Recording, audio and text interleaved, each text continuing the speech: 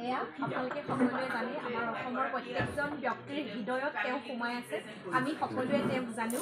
এয়া হৈছে আমাৰ সকলোৰে মৰমৰ চেনেহৰ তথা শ্ৰদ্ধাৰ ডক্টৰ অমৰজ্যোতি চৌধুৰী ডাঙৰীয়া তেখেতৰ আজি তেখেতৰ ওপৰত এখন গ্ৰন্থ উন্মোচন কৰিছে আৰু গ্ৰন্থখন সম্পাদনা কৰিছে আমাৰ সকলোৰে চিৰপৰিচিত বিশিষ্ট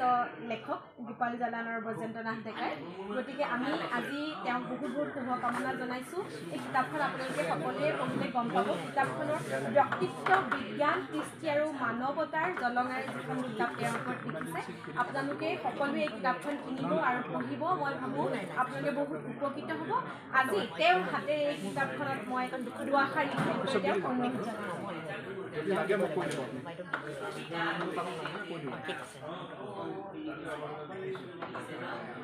ঠিক আছে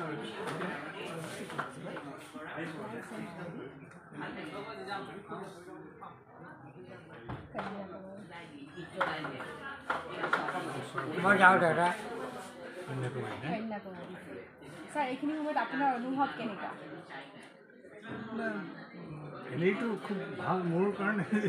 এইটো এটা আচল কথা মোৰ বিষয়ে এখন কিতাপ লিখিছে